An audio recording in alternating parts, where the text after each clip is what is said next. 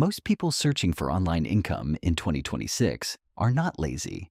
They are not naive. They're just operating on an outdated mental model, one that treats the internet like a second shift, trading hours for dollars in a digital space that no longer rewards that approach the same way it once did. The problem is not effort. The problem is leverage. Specifically, which layer of leverage you are actually capable of pulling right now, given your schedule, your capital, and your current skill level. This is not a guide about working harder.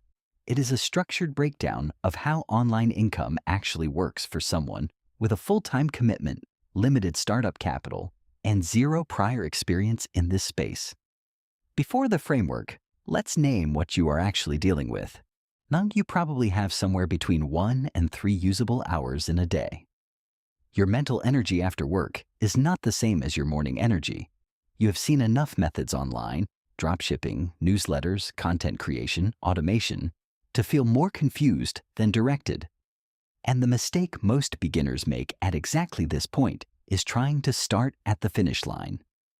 They see someone managing a portfolio of digital assets generating consistent returns and think that is the starting point. It is not. That is the result of a sequenced build. Decision fatigue is the first thing that kills early momentum. When you have 2 hours of focus time and spend 90 minutes deciding what to do, you have already lost the session. This framework is built to remove that problem. The model here is simple.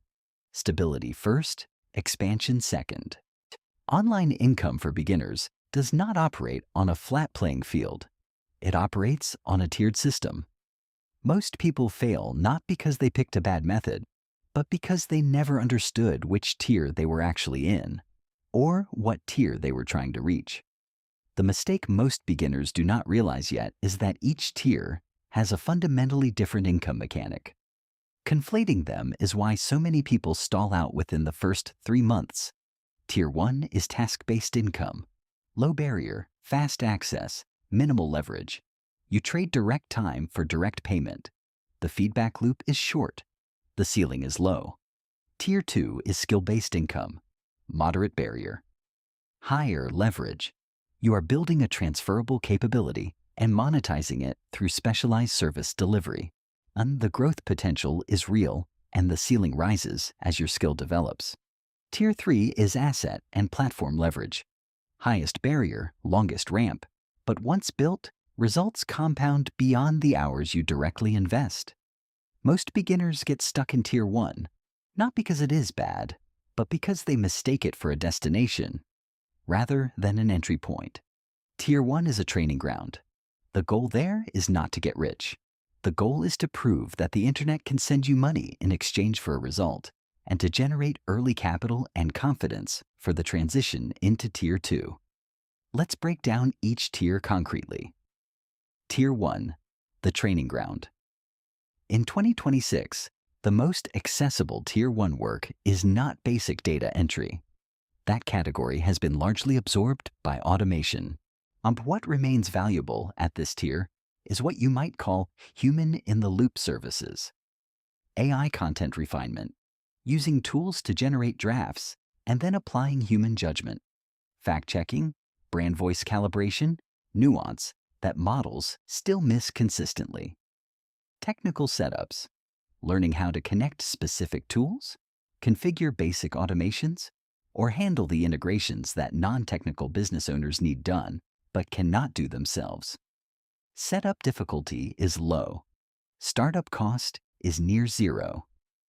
Realistic time to first results is 1 to 3 weeks for most people. Leverage level is minimal. Use Tier 1 as proof of concept. Use it to build early confidence in the mechanics of online payment and client delivery. Do not build a long-term financial plan around it. The hourly rate plateaus quickly, and the saturation in generalist task work is significant. If you are still doing manual tasks at the same rate 6 months in, you have not built a business. You have bought yourself a low-paying, high-friction job. Tier 2, the service engine. This is where the income structure starts to change. The leverage here is skill leverage. You are taking a high-value problem, building the capability to solve it reliably, and delivering that solution to a specific type of client. The shift from Tier 1 to Tier 2 is the shift from being a helper to being a solver. Two examples that are particularly well-positioned in the current environment: ghostwriting for professionals. Executives and founders on platforms like LinkedIn need to build authority and visibility, but have no time to write consistently. If you can learn to capture someone's voice and translate their thinking into structured content, that is a sellable, scalable skill with a clear client base. Workflow automation. Small businesses are sitting on hours of manual, repetitive data work every week. Learning to build simple automations using low-code tools, connecting their systems, eliminating redundant tasks, can save a client 10 or more hours a week. That outcome has a direct financial value they can calculate themselves, which makes the sale easier. Setup difficulty is moderate because you need some form of proof of concept, a small portfolio, a case study, even a documented test project. Startup cost remains low. Most of what you need is access to a few specialized tools that streamline your delivery and client management. Those tools do not generate income for you. But for someone working with 2 hours of available time per evening, the right tool stack can produce the output of someone with significantly more hours. Think of them as execution multipliers, not income sources. Realistic time to first results in Tier 2 is 1 to 3 months, depending on niche selection and how consistently you develop and apply the skill. Income varies based on positioning, niche, and delivery quality, not on effort alone. Tier 3, the long game. This is the tier most people want to start in. It is also the tier that is nearly impossible to sustain without having built real capability in Tier 1 and 2 first. Tier 3 involves building or owning digital assets that generate returns beyond the direct hours you invest. Niche content channels, newsletters, YouTube, audio that serve a specific high-intent audience. Productized services, where you take a Tier 2 skill and package it into a template, a course, or a software-assisted delivery system that does not require you to start from scratch with every new client. The leverage here is platform and automation leverage. The ramp is long. Realistic time to meaningful results is 6 to 12 months at minimum, often longer. The risk is not financial. It is the time investment made without early feedback, which is why most people abandon before the return period begins. Tier 3 is not a starting point. It is where you build toward once Tier 2 income is providing stability. Now, let's talk about what most beginner guides leave out. This is where most people never actually leave the beginner stage, not because the methods stop working, but because the hidden costs catch them unprepared. Platform dependency is the first structural risk. If your income is tied entirely to one freelance marketplace or one content algorithm, a policy shift or platform change can restructure your results with no warning.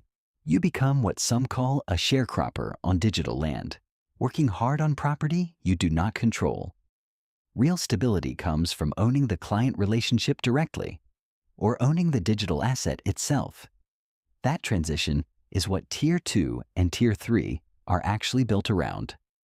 Burnout in Tier 1 is real and underestimated. Trading hours for the low-ceiling income is sustainable for weeks. It is not sustainable for years. The grind feeling is a signal.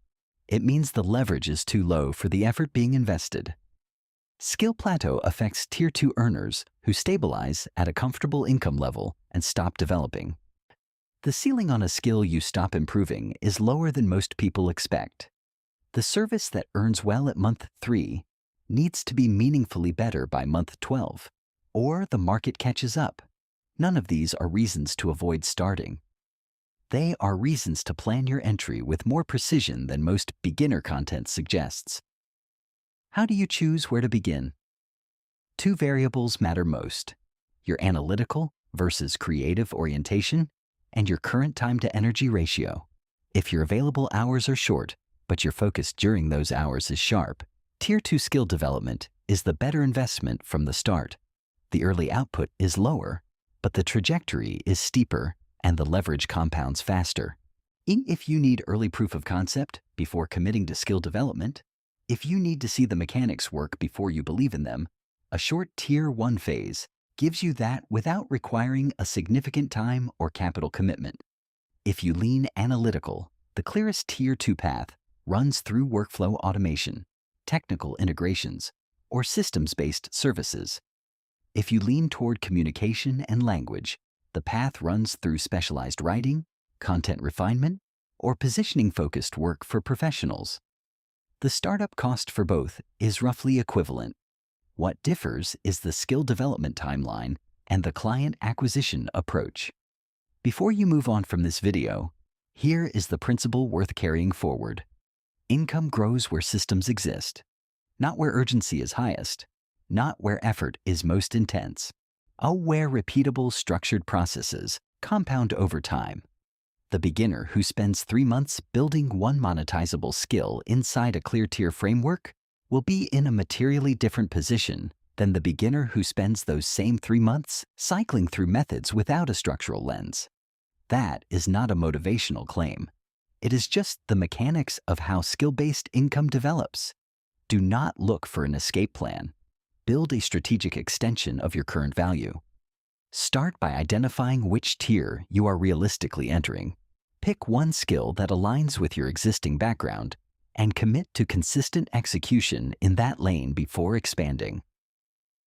Stability first. Expansion second. The leverage comes from the sequence.